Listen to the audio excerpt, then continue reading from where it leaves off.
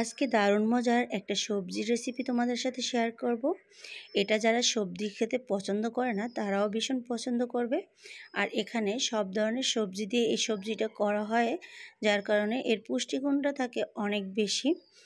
আর এটা বাচ্চা থেকে বড় সকলে পছন্দ করবে। ভাত, রুটি, পরোটা সব কিছুর সাথে খেতে ভালো লাগবে।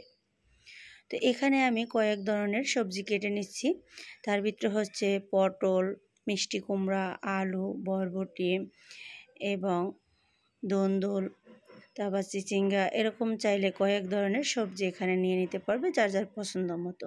তবে এখানে ভেন্ডিটা স্কিপ করবে, ভেন্ডিটা দেওয়া যাবে না। তো এখানে আমি কিছুটা কাঁঠালের বীজ নিয়ে নিয়েছি ছোটো ছোটো করে কেটে, আর কিছুটা নিয়েছি চিংড়ি মাছ। এই কাঁঠালের বীজ এবং চিংড়ি মাছ দিয়ে সবজিটা করার কারণে এটা খেতে অনেক বেশি ভালো লাগবে। তো রান্নার জন্য প্রথমে প্যানে দিয়ে দিচ্ছি তেল। তেল গরম হয়ে গেলে পেঁয়াজ দিয়ে পেঁয়াজটাকে একটু ভেজে নিচ্ছি। পেঁয়াজটা যখন এরকম হালকা গোল্ডেন হয়ে যাবে ওই পর্যায়ে চিংড়িগুলো দিয়ে দেব। চিংড়িগুলো দিয়ে কয়েক সেকেন্ড একটু নেড়ে দেব। এবার দিয়ে দিচ্ছি কিছুটা রসুন বাটা। যে কোনো চিংড়ি মাছের সবজিতে একটু রসুন বাটা দিলে সেটা খেতে অনেক বেশি ভালো লাগে। স্বাদ মতো লবণ এবং কালারের জন্য দিয়ে দিচ্ছি হলুদ 1.5 টেবিল চামচ, মরিচ দিয়ে দিচ্ছি 1 টেবিল চামচ। এটা কি সুন্দর কালার আসবে, তবে আমি ঝালের জন্য কাঁচামরিচ অ্যাড করব। এবার এখানে আমি 1 চামচের মতো জিরার গুঁড়ো দিয়ে দিচ্ছি। সব কিছু দিয়ে একটু কষিয়ে নিচ্ছি। এবার কাঁঠালের বীজটাকে দিয়ে দিচ্ছি আর একটু পানি দিয়ে দিচ্ছি। এবার ঝালের জন্য এখানে কাঁচামরিচ অ্যাড করেছি।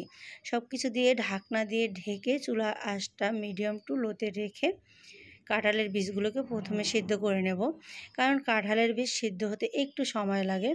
তো এই তো দেখতেই পাচ্ছ কাঁঠালের বীজগুলো সিদ্ধ হয়ে গিয়েছে, পানিটাও টেনে গিয়েছে। এই পর্যায়ে সেই ধুয়ে রাখা সবজিগুলো এখানে অ্যাড করব।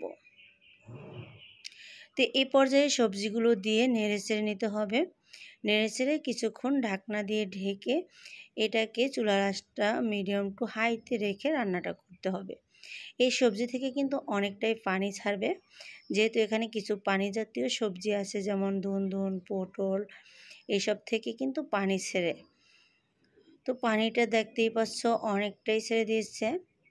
তো এই পানিটা দিয়ে একটু ঝোল ঝোল করে এই সবজিটা রান্না করব।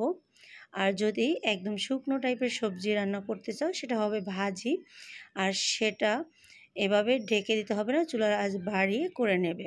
তবে এভাবে ঢাকা দিয়ে ঢেকে এরকম একটু ঝোল বেরিয়ে আসলে রান্না করলে সেটা আমার কাছে খেতে ভীষণ ভালো লাগে। তো এভাবে কিছুক্ষণ নেড়ে চেড়ে সবজিগুলোকে রান্না করে নিচ্ছি। এই তো সবজিগুলো রান্না হয়ে গিয়েছে একদম সহজ রেসিপিতে। আবার এটা চাইলে কিছুটা ধনিয়া পাতাও দিতে পারবে, আর অনেক লোভনীয় হয়েছে। এটা একজনকে আমি দিয়েছিলাম 1 বক্স, সে খেয়ে অনেক প্রশংসা করেছে। তো এভাবে একবার সবজি তৈরি করে দেখবে, ভাত, রুটি, পরোটা সব কিছুর সাথে ভীষণ ভালো লাগবে। কেমন হয়েছে অবশ্যই কমেন্ট করে জানিয়ে দেবে, লাইক করে দেবে। তো আজ এ পর্যন্ত বিদায় নিচ্ছি, আল্লাহ হাফেজ।